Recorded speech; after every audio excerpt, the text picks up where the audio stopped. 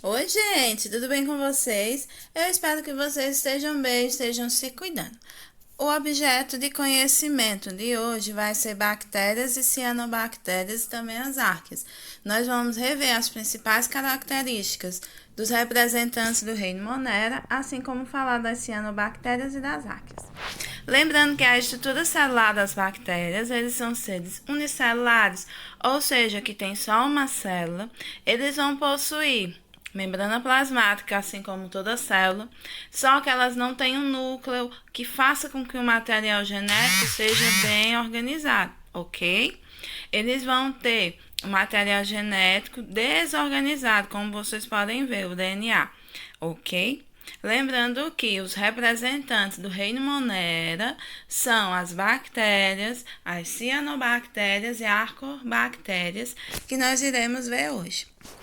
Bem, quanto à morfologia das bactérias, que são as que a gente mais vê desse reino, ela tem várias formas, de cocos, ou cocos, como você preferir, que são as bolinhas, estreptococos, quando essas bolinhas estão em fila, estafilococos, quando essas bolinhas parecem um cachinho de uva, tem os bacílios, que parecem bastonetes, e eles podem estar sozinhos ou em grupos. Os espirídeos, que vão ter essa forma com as ondinhas, e os vibriões, que têm a forma de vírgula, ok?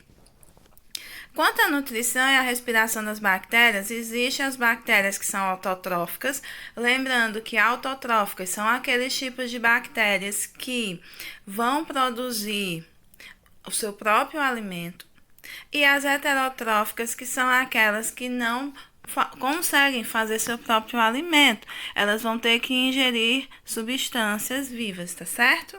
Ou até não vivas, dependendo do tipo da bactéria. As autrótrofas, elas são classificadas em fotossintetizantes, que são as que fazem a fotossíntese, e as quimiosintetizantes, que através de reações químicas conseguem fornecer essa energia através da nutrição. As heterotóficas são as respiradoras e as fermentadoras. As fermentadoras, elas não precisam de oxigênio, certo? Para sobreviver. Já as respiradoras, elas podem ser anaeróbicas e aeróbicas. Lembrando que tem as anaeróbicas facultativas e as anaeróbicas obrigatórias. Então, vamos entender o significado de anaeróbica e aeróbica. Anaeróbica, elas necessitam de oxigênio para sobreviver.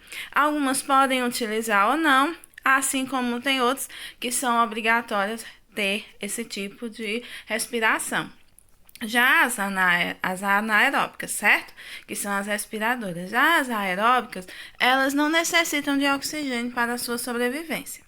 A reprodução das bactérias pode ser assexuada ou sexuada. Os descendentes vão ser cópias exatas das bactérias que os originou.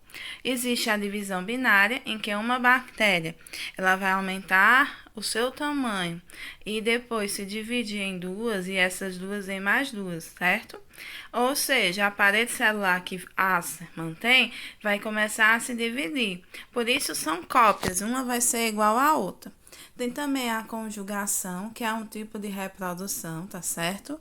Que vai acontecer já abrangendo a reprodução sexuada, tá certo, meus amores? Em que a bactéria, ela juntamente com outra, vai compartilhar material genético, originando descendentes diferentes, mais ricos de engenharia genética, elas vão ser mais fortes, até algumas doenças.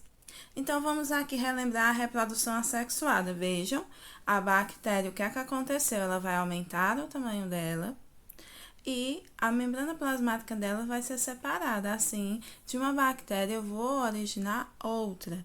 E lembrando que elas podem se reproduzir nas mais diversas formas, tá certo, meus amores? Já a reprodução sexuada vai ter o compartilhamento de material genético. Vocês estão vendo essa ligação entre as duas bactérias? Essa conjugação, também chamada de pile, vai ser o pilo, vai ser por onde o material genético vai ser conjugado, como vocês podem ver aí na animação. E assim, uma bactéria com outra bactéria vai dar origem a uma terceira bactéria, que vai ter metade do material genético de cada uma.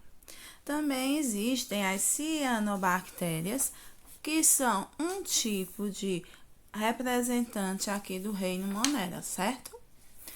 A gente vê que elas são encontradas em todos os ambientes, as bactérias. Também a gente vai ouvir falar que elas são algas cioníferas ou antigamente eram chamadas de algas azuis. Elas podem ser encontradas tanto na terra como na água. Vocês acreditam que até no Polo Norte, naquele gelo, nós vamos ter representantes cianobactérias. Elas vão ser chamadas de algas azuis devido a serem encontradas em ambientes aquáticos, apresentando essa corzinha esverdeada azulada. Existe também as arqueobactérias, que envolvem um grupo de organismos de características bem diversas. São todos também procarióticos, mas podem ser aeróbicos ou anaeróbicos, autótrofos ou heterótrofos. Isso vai depender. As arqueobactérias, elas podem ser encontradas desde locais extremos, como em vulcões, em geleiras, também podemos encontrar. Em pântanos, para vocês terem uma ideia, ela vai ser encontrada. Ela é uma bactéria que, arqueo, porque ela é primitiva, acredita-se que essa característica comportamental pode refletir as possíveis adaptações sofridas por esse organismo durante seu desenvolvimento na Terra primitiva, que era a Terra, como nós já vimos, um local muito difícil de sobreviver para o ser humano.